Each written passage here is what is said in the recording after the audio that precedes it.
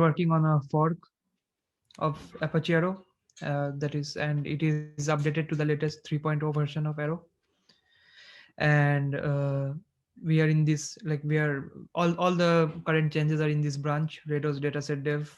Uh, Please ignore the other branches that will be removed soon. So yeah, so in the Rados dataset dev, main is the C++ API on top of which everything builds up. So in the C++ API, we as we go deep into Arrow, there is the dataset API.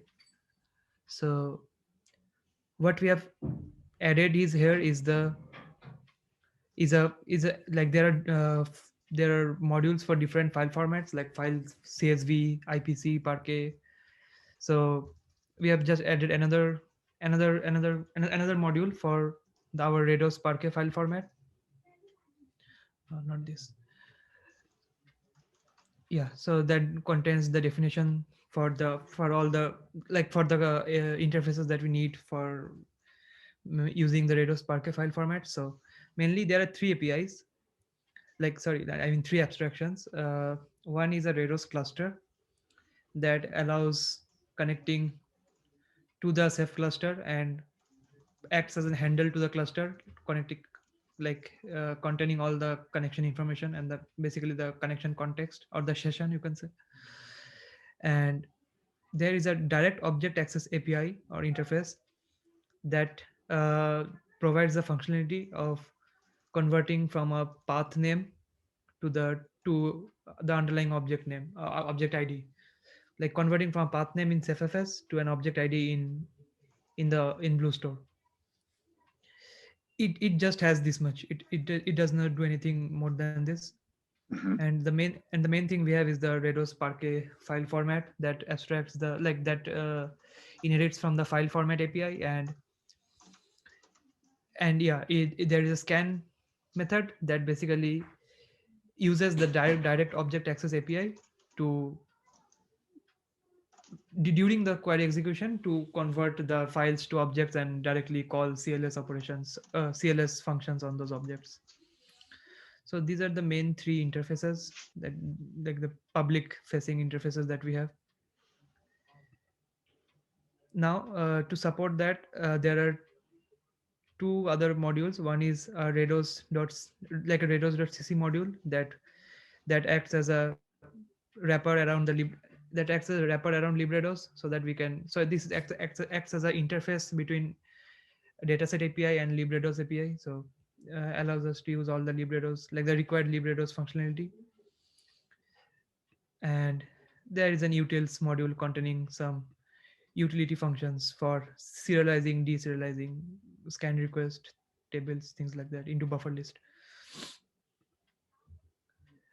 So now this is the client side, like this is all the client side functionality. Now if you want to see the CLS side or the storage side, then it's here in the adapters subfolder inside Arrow. And here we have created another subfolder of Arrow Rados CLS. And here is the actual, not the actual, I mean the CLS code. So yeah, so we have the main function that the main file that is present is the cls arrow.cc. So it has mainly two functions. One is the scan that scans an object, and that is applies the filters and projections and compute other things.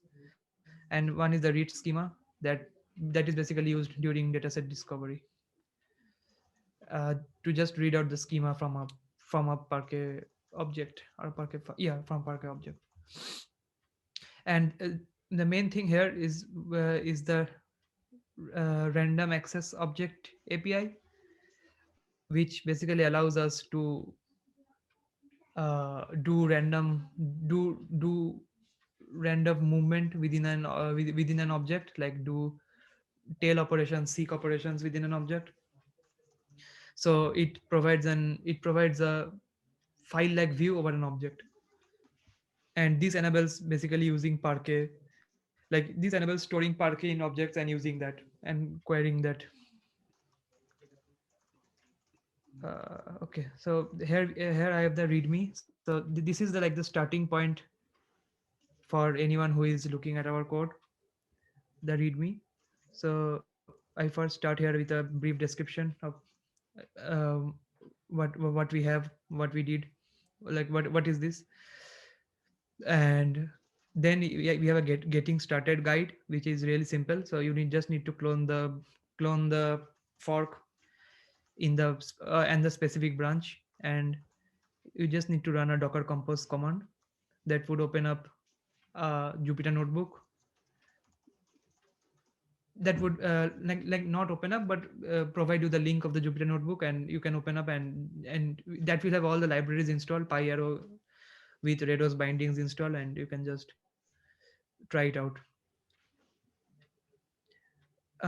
Then is the installation instructions. So for the installation instructions, the the installation instructions with Rook are already there. So that is in a separate repository. I have linked it there. And but I'm yet to add instructions for deploying on Cloud Lab. So that I've written it as a to do.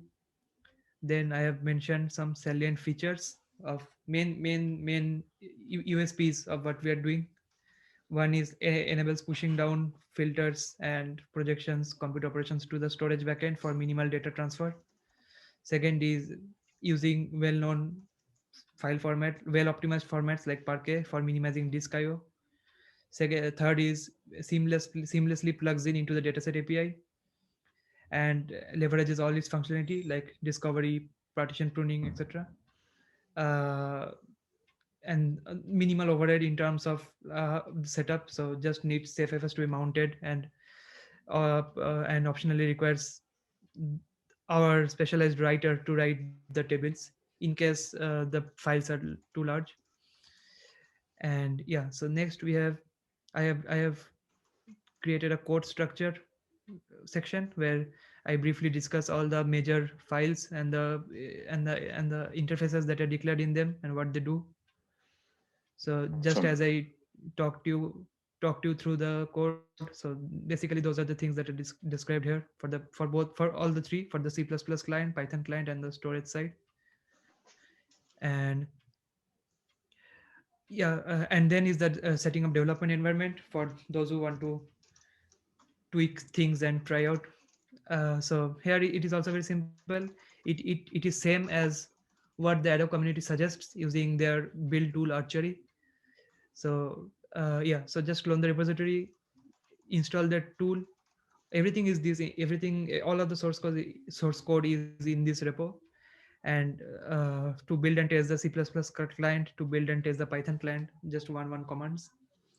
Doing this iteratively would you can start the loop of just making changes and running tests, etc. So yeah, so this is the so this is the main guide for someone to start using or playing with our source code. And this is the Arrow side. I have not included the Coffee stuff in this repo to keep it separate.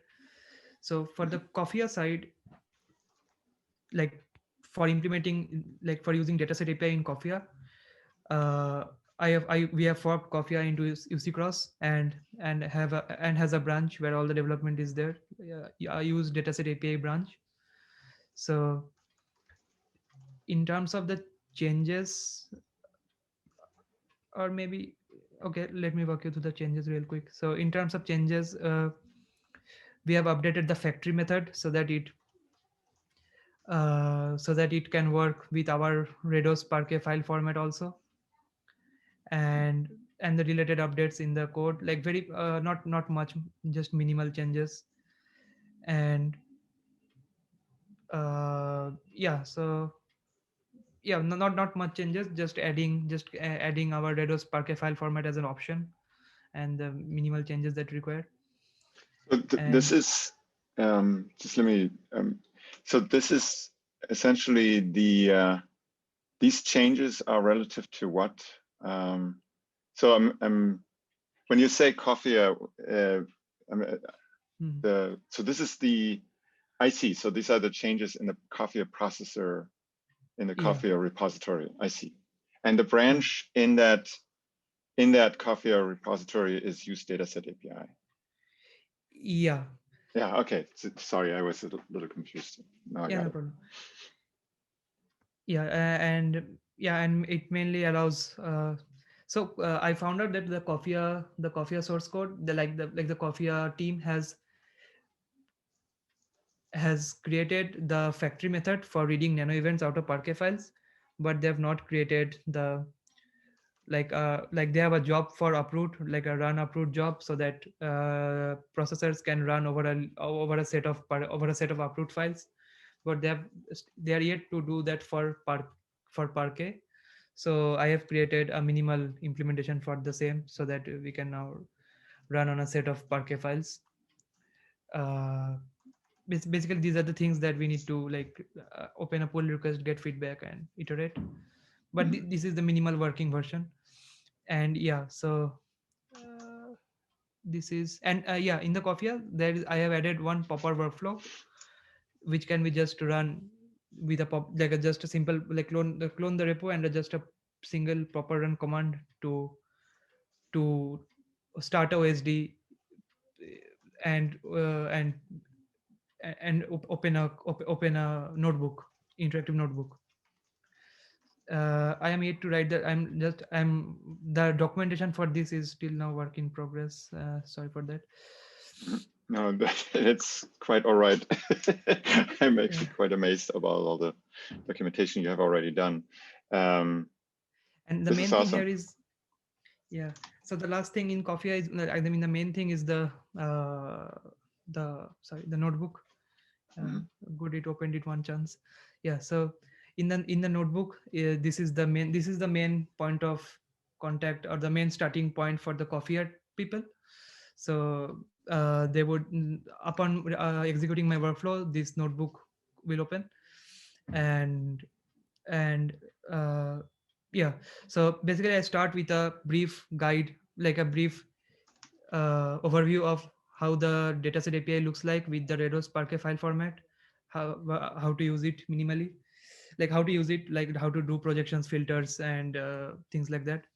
This dataset discovery. So after I have given a brief overview of the PyArrow, just the PyArrow API, I start with Coffee.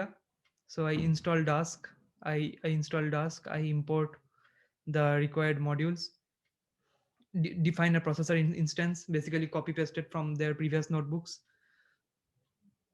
Next I show from the beginning. So let's say we start, like people will start from a root file, how to convert a root file containing nano events to a Parquet file containing nano events. So basically, sorry, conversion from root to Parquet, then writing that root file Parquet files into CephFS, then running in parallel using Dask, like creating a local Dask cluster with number of workers equals to your number of cores available to the notebook.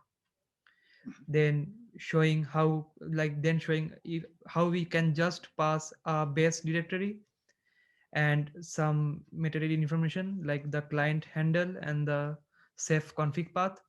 And using this two stuff, the processor can automatically discover the data set and run the job. So you can see using Dask, the time was 3.91 seconds. Then I show how to use the same function but now using an iterative executor, and how it is much slower. And then just plotting the results and showing that, yeah, we are indeed getting correct results out of out of our out of Skyhook. Yeah. So yeah, basically this is what I have. Yeah, this is it. Cool.